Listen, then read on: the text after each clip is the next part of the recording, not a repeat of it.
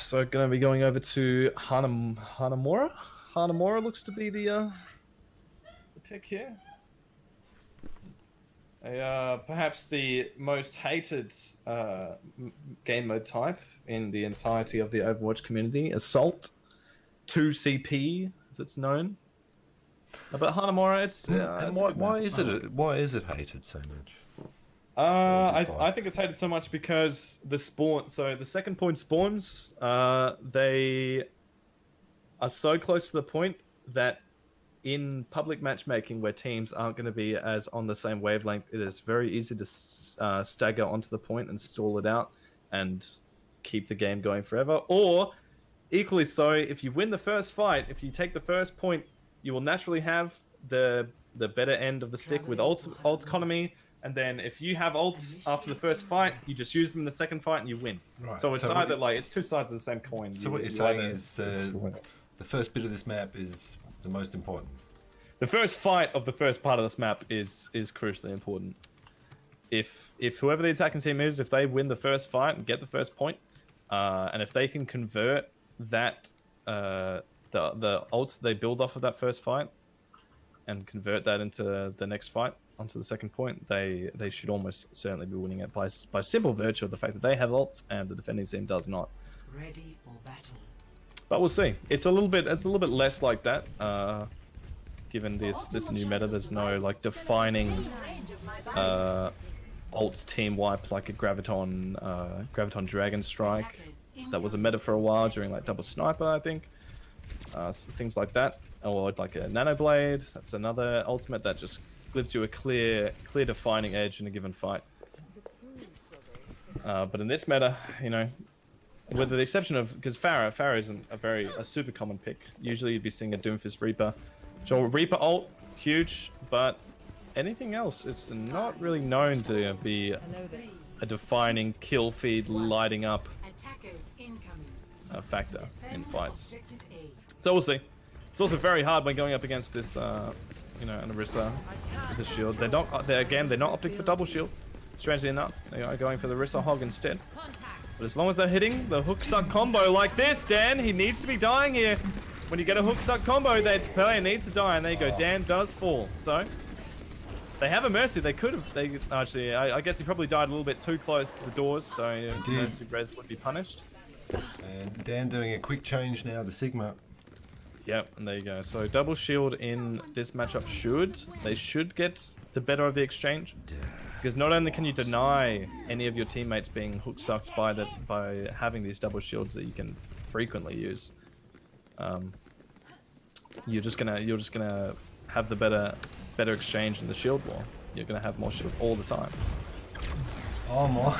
There you go. They do hit the hook suck combo, but it's gonna force the fortify from Fenrir, so he definitely won't be dying. And with a nice wall blocking off Fanta, they get the kill. They get the opening pick, and Reaper's putting a lot of pressure onto Draco on the background at the same time. Kim gets the res onto Fanta though, so they might very well be able to turn this around with the picks that they've already got so far. Fanta trying to move on to the point, but he's getting frozen up by Swerve.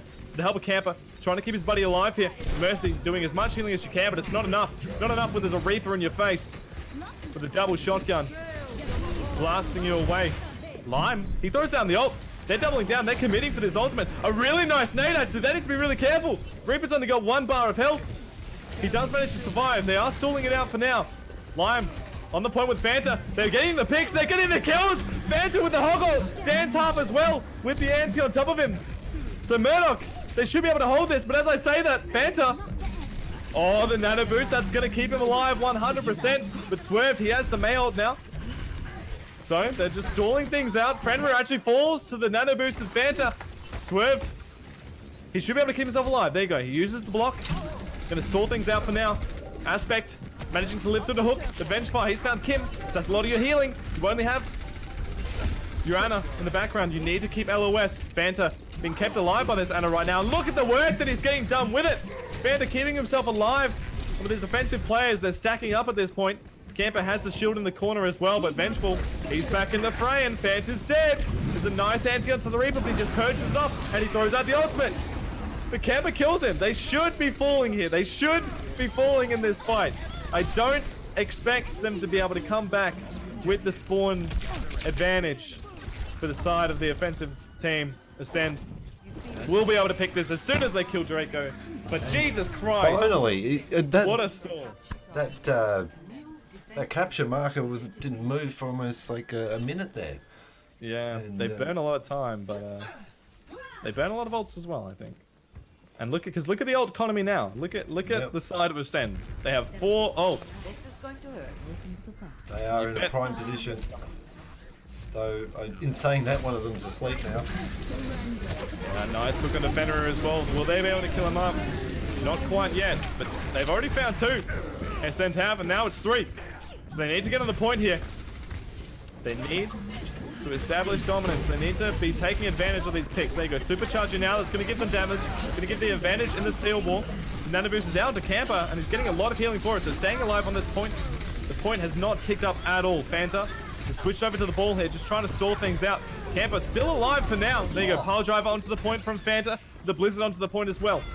So all the players dropping from Murdoch, and now the point starts ticking upwards.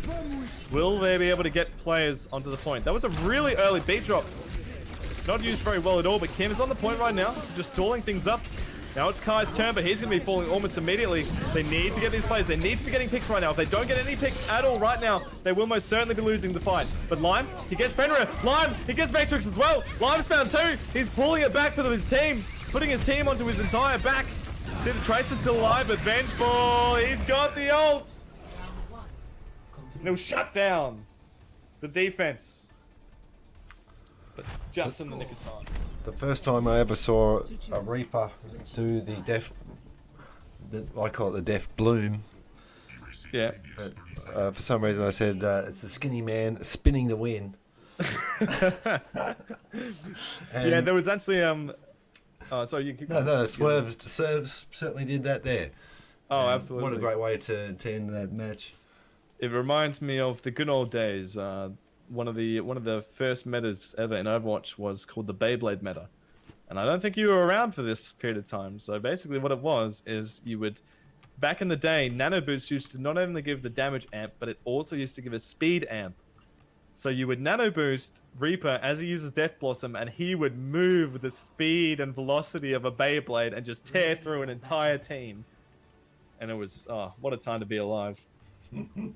I can imagine the meta in that. Oh, it was the good old days. Back when Overwatch was not double shield, fights taking forever, nothing flashy. You know, I miss those flashy plays. And you didn't have a Overwatch. limit of heroes via their categorizing. Yes, you didn't. There's a lot more creative freedoms. And DPS and support. But, you know, kind of needed to forcefully kill the goats meta. So everything comes with its sacrifices, though, of course. So but good this luck team to all the players. We're about to begin. Yeah, and look at Camper. Camper loves his Reinhardt. I can tell you that much. He's trying to run it again here. Let's see what they do. They have Lime, so they're looking for the TP behind, but it looks things. TP down. Nope, it's onto the high ground. Very nice TP setup. So they managed to wiggle their way in. A nice hook, but it does get disjointed. No, Lime. They're walled in. You can see they're getting collapsed on. So Camper should be dying here. And there you go. Fight lost. Fight lost. Get the staggers. Clean up shop. Super wedged and reset. Yeah. Yeah, perfect wall separating the front line, and that's what I've mentioned earlier, is that this Murdoch team, when going up against the Maid, they aren't playing disciplined enough. They aren't playing around it enough. They are going through these choke points where only 2 of their players, and they're getting walled off, and they don't tend to react or adapt to that happening to them. They did well doing that move, but Sen just reacted too quickly. But you're right, hero-wise, they're definitely in a little bit of trouble. Oh, another nice hook onto Camper. He gets the pin in though, so Fenrir are really low, but Camper, he dies for it. I definitely don't think pinning in there is the way to go. Kim does find a counter pick, but it's on a Reaper, so less valued target, because with no main tank, you shouldn't be able to go in here, but I mean, they're defying all odds. Draco just got a pick. They force the Coalescence out.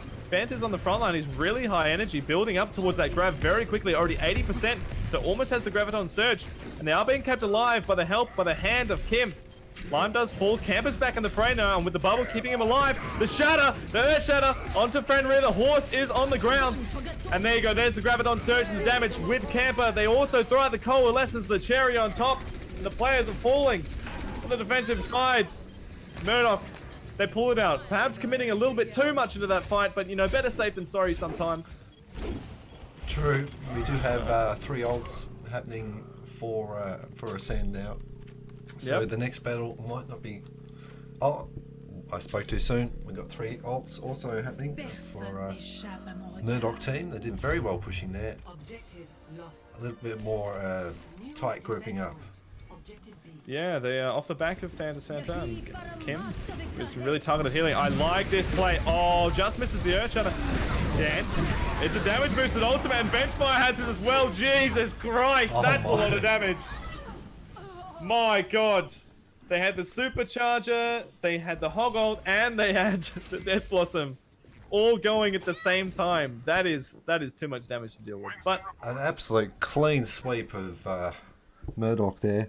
yeah, and they even used the beat drop on Murdoch. They used the beat drop, and even with that barrier worth of HP, they still were eviscerated off the face of planet Earth. But go again, boys. Oh no, he's been walled off. Camp has been walled off. He is absolutely dead, and that is a reset. If you are Murdoch, you need to be resetting the fight here. Do not go in. That's exactly what they're doing. You can see Fanta's just trying to build up some ultimate, some cheeky little ultimate. 40% towards that Graviton Surge. Ventfire. He's found Draco. Would ever get dead? Okay, so that's even more staggering. So Murdoch just kind of burning their own time bank right now, but they have 3.5 minutes to work with. This second point though is very hard to move into. Yeah, you were saying earlier at the start of the game that it's because of those respawn times in certain parts of the map. Makes it very difficult to regroup up in time. By breaking out on the point, but it looks to be an easily dealt with by Ascend yet again. Yeah, Aspects going down. We've got almost the entire team from Murdoch going down. Yeah, no, they need to swap their team composition. There's a reason Ryan Zarya is almost crucified if you see it in your public MM, because it's just not good. There you go. It's almost like they're listening to me. Camper now swapping over to the Orisa. They have the Hog as well. So if they're not careful with their positioning, this Holt Hook combo, sorry. Holt Hook. Jesus, that's a tongue twister. The Holt Hook combo, they might be able to get some picks. Some quintessential picks to open things up here. See, here we go, in for the action. Yep, the Holt. Fenrir's jumping in here, doing a lot of damage on the front line, and Fanta's actually dropped for it. Which isn't at all how you would expect that to go. You see a hog jumping in to a Reaper and a Hog, and the Winston gets the kills. They were totally wedged in there. And wasn't one of the tanks absolutely frozen at that point? I honestly didn't even notice. But, yeah, they got absolutely annihilated as soon as they got out of that very tight corridor there.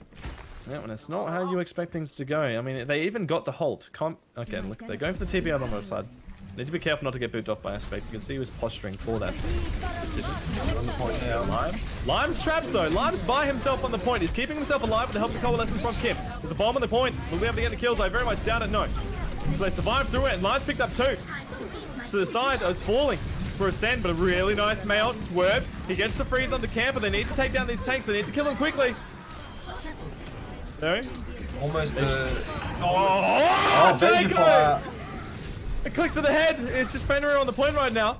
There you go. They have the Coalescence actually, so this Reinhardt, if he doesn't die quick enough, which he does, Draco pumping out the damage. He's keeping the Dream alive right now, but there's only 3 players on the point, and the spawn is so close. This isn't an overtime either. Pile driver from Fanta. Draco throws out the ultimate, trying to keep the Dream alive, but he gets frozen up by Swerve, and he falls as well. So they're getting the kills. They're getting the kills for the defense. They're re-establishing themselves into this fight. They throw out the ult actually. They're trying to keep this push going. Murdoch. Do they have the healing? Do they have the sustain? Fenrir, he's swinging away, but he doesn't have the damage. or the sustain. It's only a Lucio trying to keep him alive on the point right now. See, Vetrix is trying to heal on the sidelines as well. But a nice pile driver, the help of Camper. They are getting the kills, they're getting the picks, and it looks like they should just about get the point. But Swerve, he's made it the point. He has the ice block. He can keep stalling. When's he going to use it? He can't die. Yes, okay, there you go. He has the ice block, and I guess time for Fenrir to come in with the charge. Doesn't get a pin with it, but should be falling pretty damn quickly, and he does. May falls as well, and they don't quite have the time to get onto the point.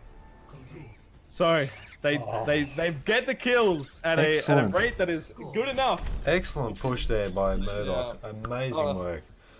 That's usually you will see teams falter in a situation like that. They only had 3 players on the point, so they need to be getting those kills instantly because it's not in overtime. The respawn timer is the exact same as any other point in the game, but with overtime, it's a much different story. But they get the kills instantly off the back of Draco on the Reaper. Obviously, a very high damage character when you're in melee range, trying to just stagger it out on the point. And he keeps the dream alive. They swap to the more mobile tanks and the Winston and the Ball, the Hammond. So they get the players back to the point in time and they clutch up. And